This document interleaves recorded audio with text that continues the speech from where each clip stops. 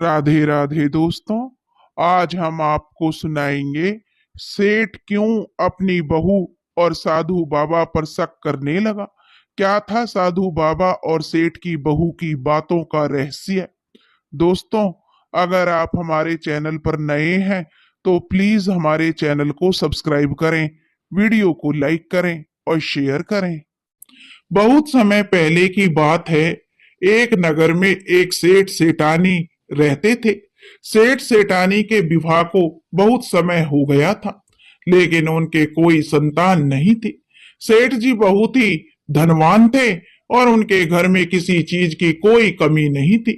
उनका दूर दूर तक व्यापार फैला हुआ था। सेठ जी की और सेठ जी की पत्नी बहुत ही संस्कारी और सदाचारी थे। वे हमेशा पूजा पाठ करते थे। सेठानी भी बड़ी धार्मिक प्रवृत्ति की महिला थी। भगवान की कृपा से काफी दिनों के बाद सेठ जी के घर में एक लड़की ने जन्म लिया, जिसका नाम तुलसी रखा गया। तुलसी बड़ी ही भक्ति भावना वाली लड़की थी। वह बहुत पूजा पाठ किया करती थी। तुलसी जी की बहुत सेवा करती थी। हमेशा तुलसी जी सींचती, तुलसी जी की कहानी कहती और भगवान विष्णु की भी परम भक्त थी। तुलसी गरीब लोगों की सेवा करना अपना पहला कर्तव्य मानती थी। वह लोगों की समय समय पर मदद करती थी। असहाय लोगों का दुख उससे देखा नहीं जाता था। अब धीरे धीरे तुलसी बड़ी हो रही थी। तुलसी का व्यवहार बहुत ही अच्छा था, इसलिए पास पड़ोस के लोग भी तुलसी से बहुत खुश रहते थे और सब तुलसी को बहुत प्रेम करते थे। जब तुलसी बड़ी हुई और विवाह के योग्य हो गई, तो अब सेठ सेठानी को अपनी बेटी के विवाह की चिंता सताने लगी। अब सेठ जी अपनी बेटी के लिए उसके योग्य ही वर देखने लगे थे।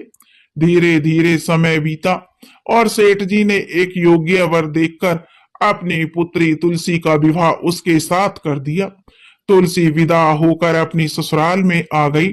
तुलसी के ससुर भी बहुत बड़े सेठ थे, लेकिन वह धनवान होने के साथ साथ बहुत ही कंजूस थे। तुलसी जब अपने ससुराल आई तो उसने अपने ससुराल में आकर ससुराल की सभी जिम्मेदारियों को संभाल लिया था। तुलसी घर का सारा काम करती, अपने सास ससुर की खूब सेवा करती और अपने पति को भी किसी शिकायत का मौका नहीं देती थी, क्योंकि तुलसी बहुत ही अच्छे संस्कारों में पलकर बड़ी हुई थी। इसलिए वह अपने सास ससुर की खूब सेवा करती थी। उसने अपने ससुराल में पूरे परिवार का दिल जीत लिया था। धीरे धीरे अब तुलसी के विवाह को कई बरस बीत गए थे। एक दिन की बात है। सुबह सुबह जब तुलसी अपने घर के आंगन में झाड़ू लगा रही थी, तभी उसके दरवाजे पर एक साधु महात्मा आए। लेकिन साधु महात्मा जो थे वह कम उम्र के थे, नौजवान थे। तो साधु महात्मा बाहर दरवाजे पर खड़े होकर कहने लगे कि बाबा को भिक्षा दे दो। अब उस साधु की आवाज जब तुलसी ने सुनी तो वह जल्दी से आंगन में आ गई और उस साधु बाबा से कहने लगी, अरे बाबा, तुम्हें इतनी जल्दी क्या है, थोड़ा और सब्र कर लेते। अब तुलसी के इतना कहने पर साधु बाबा बोले, बेटी, मुझे डर लग रहा है। अब साधु का जवाब सुनकर तुलसी हंसने लगी। इधर तुलसी और साधु की जो बातचीत हो रही थी और जो उधर जो तुलसी का ससुर उस समय घर में मौजूद था, वह सेठ उन दोनों की बातें बड़े गौर से सुन रहा था। जब तुलसी के ससुर ने अपने बहू के मुंह से यह बातें सुनी जो उसने साधु से कही थी, आखिर इतनी जल्दी भी क्या है बाबा, यह सुनकर तुलसी के ससुर के कान खड़े हो गए, क्योंकि तुलसी अभी नई नवेली दुल्हन थी। क्योंकि उसके विवाह को कुछ ही समय बीता था, कुछ साल बीते थे, लेकिन वह बाहर नहीं जाती थी और वह साधु भी अभी जवान था। तो वह साधु और अपनी बहू की बातें सुनकर अब तुलसी के ससुर जी सोचने लगे, मेरी बहू और इस साधु का कोई चक्कर चल रहा है। जरूर मेरे बेटे की बहू की मनसा कुछ ठीक मालूम नहीं पड़ती है। जरूर इसका इस साधु के साथ कोई तो चक्कर है, क्योंकि साधु ने भी जो मेरे बेटे की बहू तुलसी से कहा है कि मुझे डर लग रहा है। अब तो जो सेठ जी उनकी बातें बड़े ध्यान से सुनने लगे। उसने देखा कि अब उसकी बहू तुलसी और साधु हंस हंस कर बातें कर रहे थे। अब तुलसी के ससुर जी सोचने लगे कि हो ना हो मेरी बहू का इस साधु के साथ कोई ना कोई चक्कर तो जरूर है। मैं आगे सुनता हूं कि ये लोग अब आगे क्या बातें करते हैं। अब तुलसी के ससुर अपनी चारपाई से उठकर कान लगाकर उन दोनों की बातें सुनने लगे। इधर साधु ने सेठ जी की बहू से पूछा, देवी तुम्हारी उम्र कितनी है? साधु की बात का उत्तर देते हुए तुलसी कहने लगी, महाराज अभी मेरी उम्र ही क्या है, अभी मेरी उम्र तो 11 बरस है। अब इन शब्दों को सुनकर सेठ जी का दिमाग हिल गया। आखिर वे सोचने लगे, मेरी बहू यह सब क्या कह रही है? उसको इस साधु से इतना बड़ा झूठ बोलने की क्या जरूरत है? इसने अपनी उम्र इस साधु बाबा को इतनी कम क्यों बताई? उधर साधु ने उस बात को दोहराया, अच्छा देवी तुम्हारी उम्र सिर्फ 11 बरस की है। तुलसी हंसकर कहने लगी, हाँ जी बाबा मेरी तो आयु सिर्फ 11 बरस की है। अब साधु बाबा पूछने लगे, तो बेटी तुम्हारी सासू माँ तो घर पर होगी ही, उसकी क्या उम्र है? साधु के पूछने पर तुलसी कहने लगी, महाराज उनकी उम्र तो मात्र 9 बरस की है। अब जब सेठ जी ने अपनी बहू और अपनी पत्नी की उम्र सिर्फ 9 वर्ष बता रही है, यह सुना तो सेठ जी का तो दिमाग चकरा गया। सेठ जी सोचने लगे, कहीं मेरी बहू पागल तो नहीं हो गई है? वह अपनी उम्र सिर्फ 11 बरस बता रही है और अपनी सास की उम्र मात्र 9 बरस बता रही है। आखिर मेरी बहू को क्या हो गया है? यह कैसी कैसी बातें कर रही है? सेठ जी बोले, देखता हूं आगे इनमें और क्या क्या बातें होती हैं, और उनकी बातें फिर ध्यान से सुनने लगे। यह बात तो पक्की हो गई कि मेरे बेटे की आंखों में मेरे बेटे की बहू धूल झोंक रही है। यह तो इस साधु से प्रेम कर बैठी है, नहीं तो अपनी उम्र इतनी कम बताने का क्या मतलब था? दूसरा विचार अब सेठ जी के मन में यह आया कि मैं अभी अपनी बहू से जाकर सब कुछ पूछूं। लेकिन फिर तुलसी के ससुर जी सोचने लगे, अभी इतनी जल्दी बीच में बोलना ठीक नहीं रहेगा। पहले मैं इनकी पूरी बातें सुन लूं, आखिर यह दोनों आगे और क्या क्या बातें करते हैं। जब यह साधु यहां से चला जाएगा तब मैं अपनी बहू से उसकी जो मनसा पूछूंगा कि उसके मन में क्या है, और फिर इसकी शिकायत मैं अपने बेटे से भी करूंगा। अब तुलसी के ससुर अपनी बहू और उस साधु बाबा की बातें फिर से सुनने लगे। इधर साधु ने तुलसी से फिर पूछा, देवी आखिर तुम्हारे पति की उम्र कितनी है? तुलसी ने एक बार फिर बड़ी ही बेबाकी से उत्तर दिया, महाराज मैं क्या बताऊं, मेरे पति की उम्र तो अभी सिर्फ 7 बरस की है। अपनी बहू के ऐसे वचन सुनकर तुलसी के ससुर जी अब चिंतित हो उठे और उनकी बेचैनी बढ़ गई। खिड़की के पास खड़े खड़े तुलसी के ससुर सोच रहे थे कि मेरी बहू तो बिल्कुल ही पागल हो गई है। यह क्या अनाप शनाप बक रही है? यह स्वयं को 11 साल का बता रही है, अपनी सास को 9 साल की और अपने पति को तो सिर्फ 7 साल का बता रही है। अब तो हद ही हो गई है। इस हिसाब से तो यह मेरी उम्र कितनी बताएगी? अब तुलसी के ससुर जी सोचने लगे कि चलो देखता हूं आगे यह क्या बोलती है। अब आगे की जो उनकी बातें सेठ जी सुनने लगे। पहले तो इन दोनों की मैं पूरी बातें सुन लेता हूं कि यह मेरे बारे में क्या क्या बोलेगी। अब सेठ जी सोचने लगे। उधर साधु ने एक बार फिर से तुलसी से पूछा, अच्छा देवी आपने अपनी और अपनी सास की आयु और अपने पति की आयु तो मुझे बता दी है, अब तुम यह भी बताओ कि तुम्हारे ससुर जी की उम्र कितनी है? अब उस साधु बाबा के ऐसा पूछने पर तुलसी कहने लगी, महाराज अपने ससुर की उम्र मैं क्या बताऊं, मेरे ससुर का तो अभी जन्म भी नहीं हुआ है। अब सेठ जी अपनी बहू के इस जवाब से अपने आप से बाहर हो गए। वह पागल सा हो गया, उनका दिमाग चकराने लगा। अब तो उन्हें कुछ भी समझ में नहीं आ रहा था, आखिर यह सब क्या चल रहा है? मेरे बेटे के साथ तुलसी का विवाह हुआ है और मेरी बहू कह रही है कि मेरे ससुर का तो अभी जन्म भी नहीं हुआ है। आखिर मेरी बहू मेरे बारे में यह सब क्या कह रही है। अब तो सेठ जी सोचने लगे कि मुझे तो ऐसे लगता है या तो मैं पागल हो गया हूं या फिर मेरी बहू पागल हो गई है। सेठ जी की बहू तुलसी उस साधु बाबा को भिक्षा देने के बाद अपने घर के अंदर चली गई और इधर सेठ जी मन ही मन जलते हुए अपने कमरे से बाहर निकल कर आए और फिर उसके मन में आया कि अभी जाकर अपनी बहू से यह बात पूछ लूं कि वह उस नौजवान साधु के साथ हंस हंस कर क्या उल्टी सीधी बातें कर रही थी। फिर सेठ जी के मन में जो दूसरा विचार आया कि नहीं नहीं, मेरी बहू तो चरित्रहीन है, मैं उससे क्या पूछूं। मैंने तो खुद अपने कानों से सब कुछ सुना है और अपनी आंखों से भी देख लिया है। जरूर उस साधु के साथ मेरी बहू का कोई ना कोई अवैध रिश्ता है। मेरी बहू होते हुए इसने तो हमारे खानदान की नाक कटवा दी है। अब तो हमारी बदनामी बहुत हो जाएगी। अब मैं इस बहू को अपने घर में नहीं रखूंगा। मैं इसे अब पंचायत में लाऊंगा और सबके सामने लेकर जाऊंगा। पंचायत में सभी पंचों के सामने ही मैं अपनी पुत्र वधू से सवाल करूंगा। अब सेठ जी सोचने लगे, मुझे तो अब इसे अपनी बहू कहते हुए भी शर्म आ रही है। सेठ जी ने तुरंत तुलसी के माता पिता के घर में खबर पहुंचा दी कि सेठ जी सेठानी जी को लेकर सीधे यहाँ पर चले आए।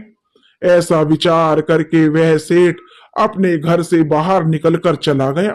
घर से निकलने के बाद वह सीधा गांव के पंचों के पास गया और पंचों की टोली ने जब सेठ जी को आता देखा तो सरपंच जी पूछने लगे, अरे सेठ जी, आज आपके इधर आने का क्या कारण है?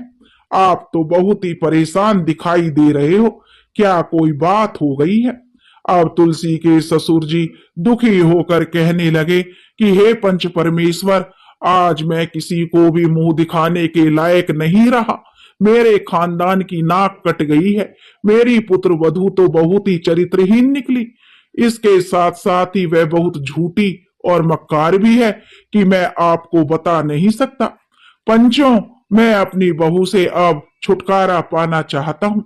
मैं तो जैसे तैसे करके वहां से बचकर आया हूँ, नहीं तो आज मैं अपनी बहू की बातें सुनकर पागल ही हो जाता। आप पंचों ने पूछा, आखिर सेठ जी ऐसी क्या बात हो गई है जो आप पागल हो जाते? तब तुलसी के ससुर जी कहने लगे, सरपंच जी, आप सभी लोग मेरे घर पर चलिए, मैं वहीं पर जाकर पंचायत के सामने ही अपनी बात बताऊंगा। तब सेठ जी के बार बार कहने पर सभी पंच और सरपंच सेठ जी के साथ चल दिए। इधर सभी पंच सेठ जी की चौपाल पर पहुंचे। उधर सीता के माता पिता भी अब उसके पास आ चुके थे। सेठ जी ने अपनी चौपाल पर पंचायत बिठा दी। सभी लोग सेठ जी के दरवाजे पर इकट्ठा हो गए थे। तुलसी के माता पिता भी वहीं पर आकर बैठे हुए थे। इधर पंचों ने सेठ जी से कहा कि सेठ जी, ऐसी कौन सी बात है जो आपने अपने घर पंचों को बुलाया है? आखिर घर में ऐसी कौन सी समस्या आ गई है जिसे लेकर आपको पंचायत करनी पड़ी? अब तो सभी पंच तुम्हारे घर पर आ गए हैं। अब बताइए सेठ जी की बात क्या है? तब तुलसी के ससुर जी कहने लगे, सरपंच जी, मैं अपनी बहू को पंचायत में बुलाना चाहता हूँ। सबसे पहले आप मेरी बहू को बुलवाइए। अब पंचायत का आदेश मिलते ही तुरंत तुलसी को बुलवाया गया। जब तुलसी पंचों में आ गई और तब पंचों ने फिर से पूछा, सेठ जी, अब तो आपकी बहू भी आ गई है, अब तो आप बताइए आखिर ऐसी कौन सी बात है जो तुम्हारी बहू ने ऐसा क्या कर दिया जो तुम इतने दुखी हो रहे हो? तब तुलसी के ससुर जी कहने लगे, सरपंच जी, आज सुबह जब मैं सोकर उठा तो मैंने कुछ ऐसा देखा जिसे देखकर और सुनकर मैं बहुत दुखी हो गया। मैंने देखा मेरी बहू आंगन में झाड़ू लगा रही थी कि तभी एक जवान साधु आ गया। वह उम्र में कम था। वह दरवाजे के बाहर खड़ा होकर भिक्षा मांगने लगा और जैसे उस साधु की आवाज मेरी बहू ने सुनी तो वह उसी समय भिक्षा लेकर दरवाजे पर आ गई। इतना कहकर सेठ जी चुप हो गए। तब सरपंच जी ने तुलसी के ससुर जी से कहा, तो सेठ जी इसमें दुखी होने वाली कौन सी बात है? यह तो बहुत अच्छी बात है। यह तो हर नारी को करना चाहिए कि बस इतनी सी बात के लिए तुमने अपने द्वार पर पंचायत बुला ली। घर के दरवाजे पर आए हुए साधु या भिखारी को भिक्षा देना हर नारी का धर्म है। इसमें इतना परेशान होने वाली तो कोई बात नहीं है सेठ जी।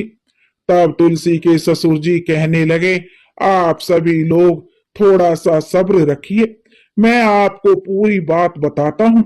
मेरी बहू की काली करतूत सुनकर आप लोगों के पैरों तले भी जमीन खिसक जाएगी। मेरी समस्या बहुत बड़ी है। यदि कोई छोटी बात होती तो मुझे कोई फर्क नहीं पड़ता। भला मैं क्यों पंचायत बुलाता? आप लोगों को मैं क्यों परेशान करता? दरअसल बात बहुत ही गंभीर है और उसका फैसला सिर्फ पंचायत में ही हो सकता है। फिर सरपंच जी ने कहा, ठीक है सेठ जी, आपकी बातें सुनकर तो ऐसा लग रहा है जैसे कोई बहुत बड़ी बात नहीं है। तब सेठ जी बोले, अरे नहीं नहीं, जिस बात को लेकर मैं इतना चिंतित हूँ, यदि यह बात आप भी जान लेंगे तो आप मेरी परेशानी को समझ जाएंगे। तब सरपंच जी कहने लगे, तो सेठ जी आप इतनी देर से हमें जो घुमा घुमा कर क्यों बातें बता रहे हैं? सीधा सीधा साफ साफ क्यों नहीं बताते कि आखिर बात क्या है? तब सेठ जी ने कहा, देखो पंचों, बात यह है कि मेरे दरवाजे पर भिक्षा मांगने के लिए एक नौजवान साधु आया और मेरी बहू को चुपचाप उसे भिक्षा दे देनी चाहिए थी। उससे बातचीत करने की उसे क्या जरूरत थी? और अगर बातचीत कर भी रही थी तो उसने ऐसी बातचीत की कि यदि आप लोग भी सुन लेंगे तो आपको भी लगेगा कि मेरी बहू का चरित्र ठीक नहीं है और तब आपको समझ में आएगा कि आखिर मैंने पंचायत क्यों बुलाई है। अब आप लोग यह बात मेरी बहू के मुंह से ही सुनिए कि मेरी बहू और उस साधु के बीच में आखिर क्या क्या बातचीत हुई थी। सेठ जी की बात सुनकर उनकी बहू तुलसी कहने लगी, पिताजी, बताने के लिए तो मैं भी बता सकती हूँ कि मेरे और उस साधु के बीच में क्या क्या बातचीत हुई थी, लेकिन पिताजी, घर में पंचायत तो आपने बुलाई है, इसलिए पहला अधिकार आपका बनता है। आप बताइए, उसके बाद आपके एक एक सवाल का जवाब मैं आपको दूंगी। बहू की बात सुनने के बाद पंचों को भी लगा कि बहू ठीक कह रही है। तब सरपंच जी ने सेठ जी से कहा कि सेठ जी, आप बात को इधर उधर मत घुमाइए और अपनी परेशानी हमें बता दीजिए। आपकी अपनी बहू से आखिर क्यों परेशान है और आपकी बहू ने ऐसा क्या कर दिया जो आपको इतनी बेचैनी हो रही है? क्या उसने कोई ऐसा कदम उठा लिया जो समाज और मर्यादा के विरुद्ध है? यदि आपकी बहू ने ऐसा किया है तो उसे पंचायत की ओर से दंड दिया जाएगा। आप बिल्कुल निश्चिंत रहिए, पहले आप पंचायत को पूरी बात तो बताइए। तब तुलसी के ससुर कहने लगे, अरे भाइयों, बात कुछ ऐसी ही है जिसे बताने में मुझे बहुत ही शर्म आ रही है। आप लोगों को तो मालूम है कि मैं इस गांव का एक इज्जतदार सेठ हूं, लेकिन मुझे लगता है मेरी बहू ने मेरी सारी इज्जत मिट्टी में मिला दी है। मेरे खानदान की इसने नाक कटवा दी है। मेरा सारा मान सम्मान उसने साधु से बात करके धूल में मिला दिया है। वे कुछ ऐसी बातें कर रहे थे जिन्हें ना तो मैं कह सकता हूं और ना ही मैं आपको जो बता सकता हूं और ना ही आपको सुनने में वो बातें अच्छी लगेंगी। इसलिए आप मेरी बहू से ही पूछ लीजिए। तब सरपंच जी ने तुलसी से कहा, बहू, अब तुम ही बता दो, आखिर साधु और तुम्हारे बीच ऐसी क्या बातें हुई थी। तब तुलसी कहने लगी, ठीक है, यदि पिताजी को बताने में शर्म आती है तो मैं ही बता देती हूँ कि मेरे और उस साधु के बीच में क्या क्या बातचीत हुई थी। लेकिन पिताजी, शुरुआत तो आपको ही करनी पड़ेगी। पहली बात आप कहेंगे और फिर मैं उसका उत्तर दूंगी। यदि मैं गलत हुई तो पंचायत मुझे जो भी सजा सुनाएगी मुझे मंजूर होगी। तब सेठ जी कहने लगे, सब लोग ध्यान से सुनो भाइयों, मेरे दरवाजे पर एक सुबह साधु भिक्षा मांगने के लिए आया। और फिर सेठ जी अपनी बहू की तरफ देखते हुए कहने लगे, जब वे साधु आया तो तुमने, यानी अपनी बहू से वो कहने लगे, उससे कहा था कि इतनी जल्दी किस बात की है, बताओ बहू, तुमने ये कहा था या नहीं। सारी पंचायत जानना चाहती है कि तुमने ऐसा क्यों कहा था। अपने ससुर की बात सुनकर तुलसी कहने लगी, हाँ पिताजी, मैंने यह बात उस साधु से कही थी। अब सेठ जी बोले, फिर तुम्हारे पूछने पर उसने क्या उत्तर दिया था। तुलसी कहने लगी, पिताजी, उस साधु ने मुझसे कहा कि मुझे बहुत डर लग रहा है। सेठ जी कहने लगे, तो बहू, अब तुम ही पूरी पंचायत के सामने यह बात बताओ कि इन सब बातों का क्या मतलब था। ऐसी बात सुनकर भला किसका दिमाग नहीं घूमेगा। मैं तो यह सुनकर ही बहुत परेशान हो गया। मेरी तो तभी से कुछ भी समझ में नहीं आ रहा था।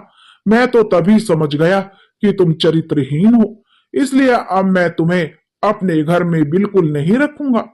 तुलसी ने जवाब दिया, पिताजी, अपनी ससुर की पूरी बात सुनी और बोली, अगर मेरी बात गलत निकली तो मैं सबके सामने कहती हूँ कि मैं खुद ही आपका घर छोड़कर चली जाऊंगी।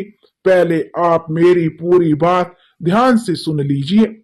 पिताजी, मैंने उस नौजवान साधु से इसलिए यह बात कही थी कि उसने छोटी सी उम्र में ही संन्यास धारण कर लिया। जो उम्र खेलने कूदने की होती है, उस उम्र में वह वैराग्य धारण करके साधु बन गया था। वही बात मैंने उससे पूछी थी कि तुम्हारी तो अभी बहुत उम्र पड़ी है।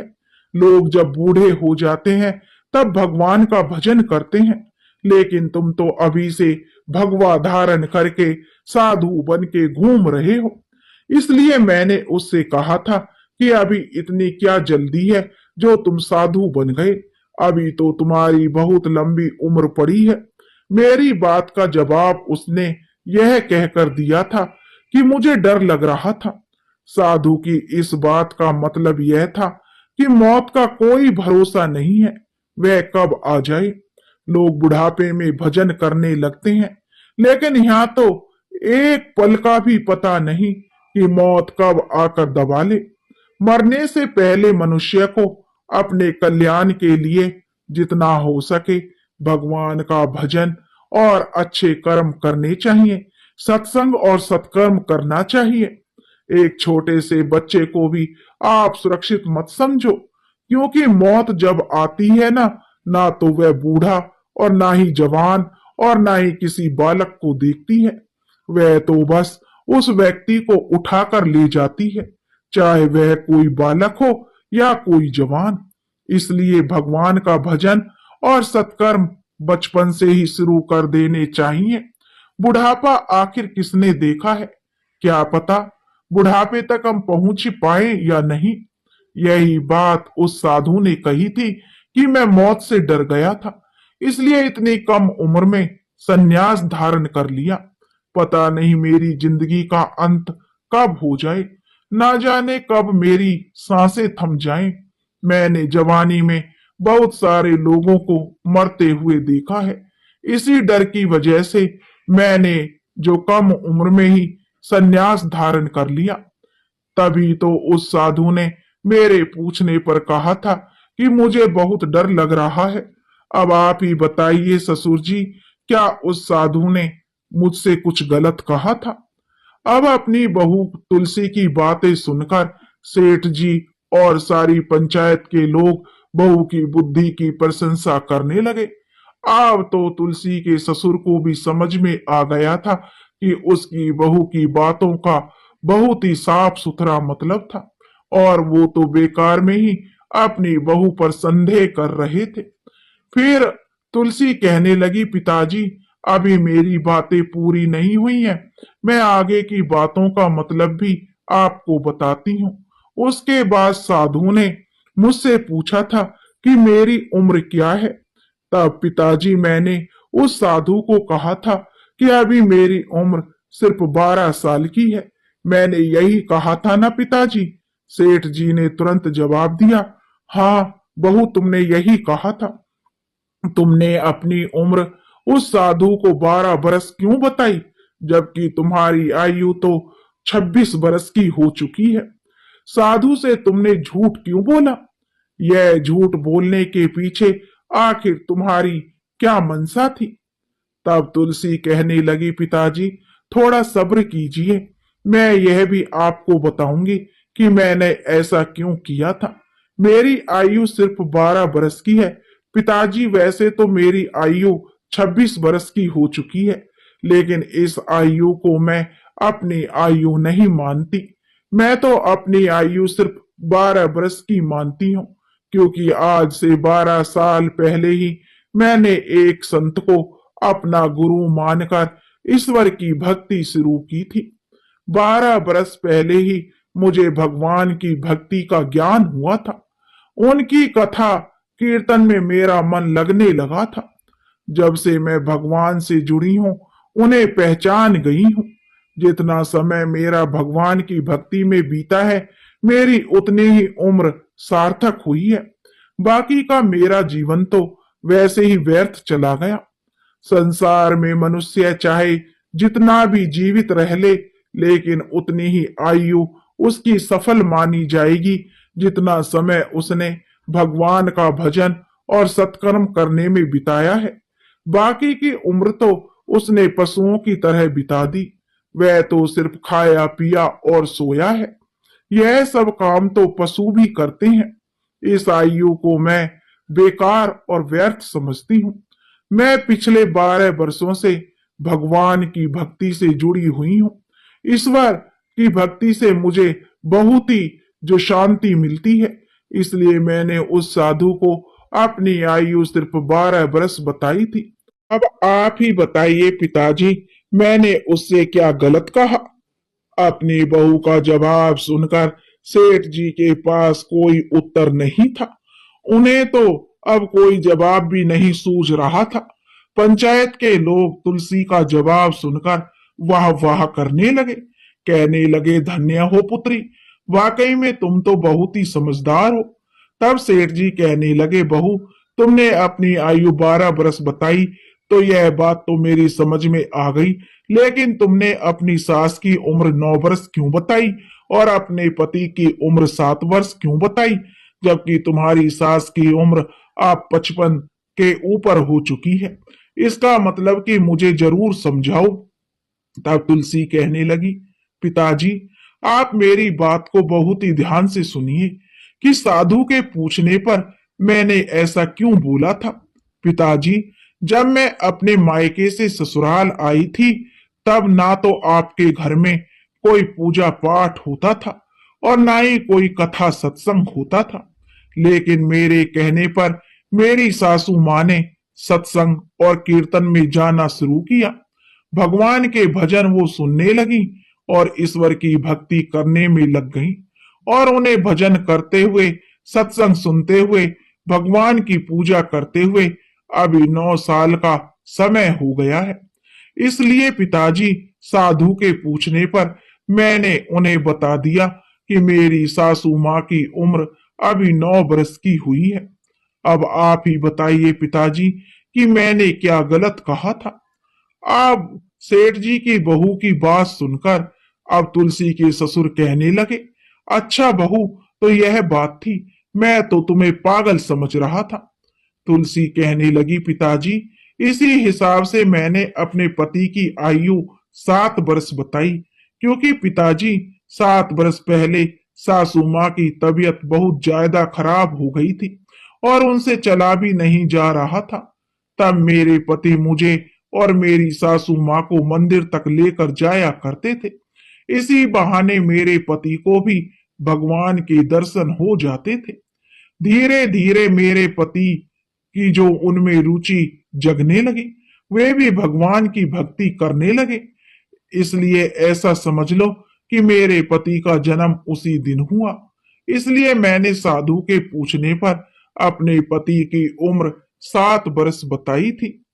और पिताजी, आखिर में मैंने आपके बारे में यह भी कहा था कि अभी मेरे ससुर जी का जन्म नहीं हुआ, क्योंकि पिताजी, जिस दिन से मैं ससुराल में आई हूँ तब से मैं देख रही हूँ, ना तो आप कभी भगवान के मंदिर में गए हैं, ना कभी आप पूजा पाठ करते हैं, ना कभी आपने किसी साधु का आदर सत्कार किया है। यहाँ तक कि आपने कभी अपने हाथों से कोई दान भी नहीं दिया है, कोई पुण्य का कार्य नहीं किया। आप तो धर्म कर्म के काम से बिल्कुल ही दूर रहते हैं। इसलिए पिताजी, मैंने आपके बारे में बोला था कि अभी तो आपका जन्म भी नहीं हुआ है और आपने अपनी जिंदगी में कभी 1 रुपए का दान भी नहीं किया है। तब सेठ जी कहने लगे, देखो, मैं पूरा दिन दुकान पर बैठा रहता हूँ, व्यापार में लगा रहता हूँ, मुझे पूजा पाठ करने का, कथा कीर्तन सुनने का समय ही कहाँ मिल पाता है। मैं तो तुम लोगों के भविष्य के लिए चिंता करता रहता हूँ और तुम लोगों के लिए धन इकट्ठा करता रहता हूँ। तब तुलसी कहने लगी, पिताजी, आपने कभी अपनी जिंदगी में 1 रुपए का भी दान नहीं दिया। जब भी कभी कोई धार्मिक कार्य होता है, कोई भगवान की चर्चा होती है या भगवान की कथा कीर्तन होता है, आप कभी उसमें भी नहीं गए हो। यहाँ तक कि कभी भी जो घर में बैठकर भी आपने उस परम पिता का ध्यान नहीं किया। आपने अपने जीवन में कभी कोई भी तीर्थ यात्रा नहीं की। जब आपने अपने जीवन में कोई धर्म कर्म सत्कर्म का कार्य ही नहीं किया, तो मेरी दृष्टि से तो यही समझिए कि आप अभी तक पैदा ही नहीं हुए हैं। इसलिए साधु ने जब आपकी उम्र पूछी तो मैंने उनसे कह दिया कि आप तो अभी पैदा ही नहीं हुए हैं। अपने बहू के मुंह से ऐसी बातें सुनकर सेठ जी बहुत ही शर्मिंदा हुए। उन्होंने पूरी पंचायत के सामने अपने दोनों कान पकड़कर अपनी बहू तुलसी से क्षमा मांगी और अपनी बहू से कहने लगे, बेटी, मैं तुम्हारे बारे में गलत सोच रहा था, मुझे क्षमा कर दो। तुम्हारी बातें सुनकर तो मुझे ऐसे लग रहा है कि मुझे तुम पर गर्व होना चाहिए कि तुम सचमुच में बहुत ही बुद्धिमान हो। इसके बाद सभी पंचों से सेठ जी ने हाथ जोड़कर माफी मांगी और अपनी बहू को लेकर अपने घर के अंदर चले गए। घर के अंदर जाने के बाद सेठ जी ने अपनी बहू से कहा, बेटी, तुमने सचमुच आज मेरी आंखें खोल दी। सच में आज तक मेरा जन्म ही नहीं हुआ था, अब मैं जन्म लेना चाहता हूँ। तुलसी अपने ससुर की इतनी बातें सुनते ही कहने लगी, पिताजी, यह तो बहुत अच्छी बात है, जब जागो तभी सवेरा। यह भी बहुत बड़ी बात है कि बुढ़ापे में ही सही, कम से कम आप भगवान से तो जुड़े, वरना लोग तो पूरा जीवन निकाल देते हैं खाने पीने और सोने में, कभी भगवान का कोई भजन नहीं करते। अगले ही दिन से सेठ जी ने अपने मुनीम को अपने पास बुलाया और उससे कहने लगे, देखो मुनीम जी, हमारे गोदाम में जो पिछले साल का बचा हुआ अनाज पड़ा है, वह अनाज अब खराब हो रहा है। उस अनाज को आज तक किसी व्यापारी ने भी नहीं खरीदा। उस अनाज को मैं गरीब और असहाय लोगों को दान कर दूंगा। अब मैं अपनी बची हुई जिंदगी में खूब दान पुण्य का कार्य करूंगा। इस प्रकार से सेठ जी के मुनीम ने पिछले साल का वह अनाज बोरियों में भरवाकर सेठ जी के दरवाजे पर रखवा दिया। वह अनाज बारिश में भीगने के कारण खराब हो गया था। सेठ जी ने सोचा, इस बेकार अनाज को मैं जो गरीबों में दान कर दूंगा। जैसे खराब अनाज की बोरियां सेठ जी के दरवाजे पर पहुंची तो उन बोरियों में से बदबू आ रही थी। बदबू की वजह से जो तुलसी घर से बाहर निकलकर आई और बाहर आकर जब उसने देखा कि गेहूं की बोरियां खराब गेहूं से भरी हुई हैं और उनमें से बदबू आ रही है, तो तुलसी ने अपने ससुर से पूछा, पिताजी, यह अनाज की बोरियां आपने यहाँ पर किस लिए मंगवाई हैं? तब तुलसी के ससुर ने कहा, बहू, तुमने कल जो कहा था मैंने अब तक जन्म नहीं लिया, इसलिए कल से मैं दान पुण्य के कार्य करूंगा और मुनीम से कहकर मैंने अपने गोदाम से यह गेहूं की बोरियां मंगवा ली हैं। तुलसी अपने ससुर की बात सुनकर समझ चुकी थी कि मेरे ससुर यह सड़ा हुआ अनाज जो गरीबों में बांटना चाहते हैं, उनको खिलाना चाहते हैं। तुलसी बहुत ही समझदार थी। वह मन ही मन सोचने लगी कि ससुर जी सुधरे तो हैं, लेकिन पूरी तरह से नहीं। अब तो मुझे ही कुछ ऐसा करना चाहिए कि उन्हें अपनी गलती का ज्ञान हो जाए। अब तुलसी ने काफी सोच विचार करने के बाद उस सड़े हुए गेहूं में से कुछ गेहूं निकाला और उसका आटा बना लिया। शाम को जब तुलसी के ससुर जी भोजन करने के लिए आए तो तुलसी ने उस आटे की बनी हुई रोटियां बनाकर अपने ससुर जी के सामने परोस दी। अब सेठ जी ने जैसे ही पहला निवाला खाया तो सड़े हुए अनाज की रोटी खाकर वह एकदम से उल्टी करने लगे। रोटियों से बदबू आ रही थी। सेठ जी गुस्से में आकर चिल्लाने लगे, अरे तुलसी बहू, आज तुमने ये कैसी रोटियां बनाई हैं? आज रोटियों में से दुर्गंध क्यों आ रही है? मेरे सारा मुंह का जायका खराब हो गया है। तुलसी ने वहीं रसोई में से पूछा, क्या बात है पिताजी? तब सेठ जी कहने लगे, बहुरानी, यह तुमने आज कैसी रोटियां बनाई हैं? इन रोटियों को खाते ही मुझे उल्टी आने लगी है। आज तुमने ये कैसा भोजन बना दिया? अब सेठ जी की बात सुनकर तुलसी रसोई से बाहर आ गई और कहने लगी, पिताजी, मैंने तो ठीक वैसी ही रोटियां बनाई हैं जैसी मैं रोज बनाती हूँ। तब तुलसी के ससुर जी कहने लगे, नहीं बहू, जैसी रोटियां तुम रोज बनाती हो आज वैसी रोटियां नहीं बनी है।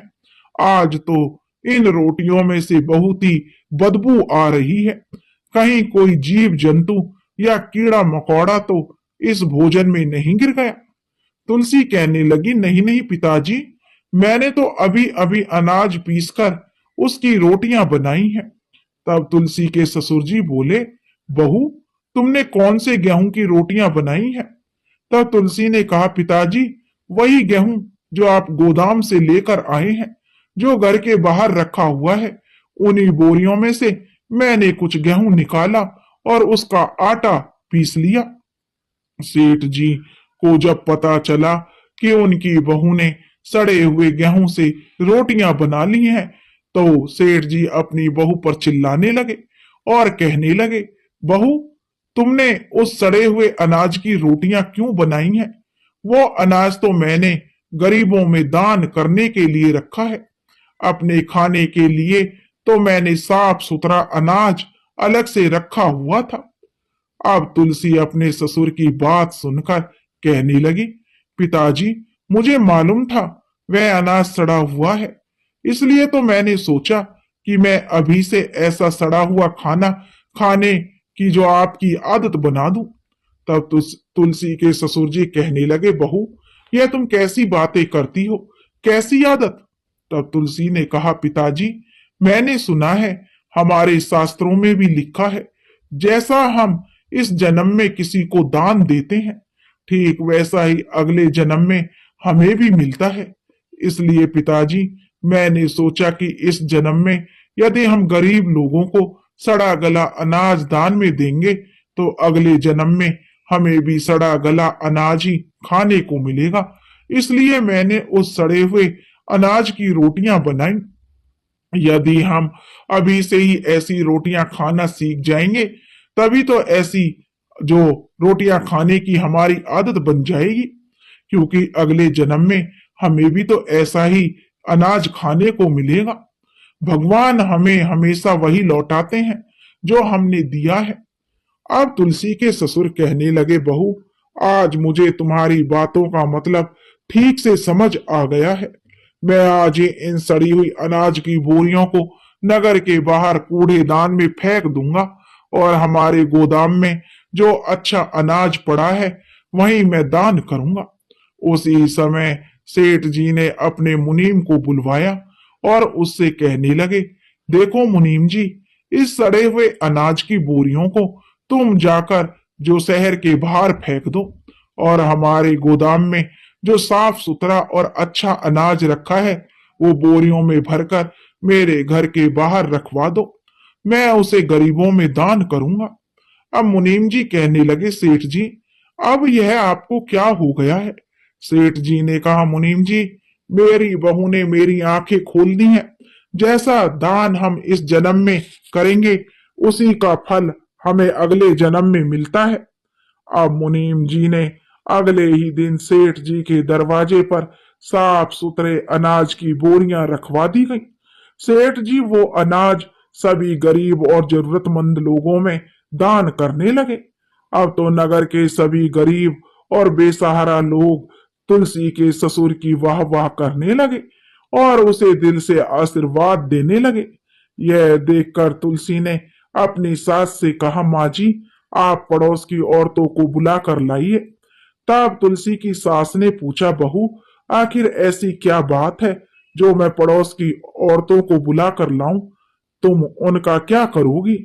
तब तुलसी अपनी सास को समझाते हुए कहने लगी, माँ जी, आप पहले उन्हें बुलाकर तो लाइए, तभी मैं आपको बताऊंगी। अपनी बहू तुलसी की बात सुनकर तुलसी की सास पड़ोस की औरतों को बुलाने के लिए चली गई। जब पड़ोस की औरतें आ गई तो सभी औरतें आंगन में बैठकर ढोलक बजाने लगी। तब पड़ोस की औरतों ने भी पूछा कि तुलसी बहू, आखिर बात क्या है, वह तो बताओ। तब तुलसी कहने लगी, आप सभी को मिलकर मुझे बधाइयां गानी है, क्योंकि आज मेरे ससुर जी का जन्म हुआ है। इधर घर के बाहर सेठ जी गरीबों में अनाज बांटकर दान पुण्य कर रहे थे और उधर घर के अंदर औरतें ससुर के पैदा होने के गीत गा रही थी, क्योंकि आज तुलसी के ससुर भगवान के बताए हुए मार्ग पर चलने लगे थे। मनुष्य का जन्म तभी सफल होता है दोस्तों, जब वह परमात्मा के बताए हुए रास्ते पर चलता है। दोस्तों, धर्म के बिना मनुष्य पशु के समान होता है। मनुष्य के अंदर दया, धर्म और अपने से छोटे लोगों की मदद करने का भावना उनके अंदर होनी चाहिए। अपनी सामर्थ्य के अनुसार दान पुण्य करना चाहिए और गरीबों की मदद करनी चाहिए। जब हम किसी गरीब की मदद करते हैं या किसी भूखे को भोजन खिलाते हैं तो दिल को बहुत ही शांति मिलती है और बहुत अच्छा लगता है। उससे भगवान भी प्रसन्न होते हैं। दोस्तों, अगर आपको यह कहानी पसंद आई हो तो प्लीज हमारे चैनल को सब्सक्राइब करें, वीडियो को लाइक करें और शेयर करें और कमेंट्स करके हमें बताएं आपको यह कहानी कैसी लगी। राधे राधे।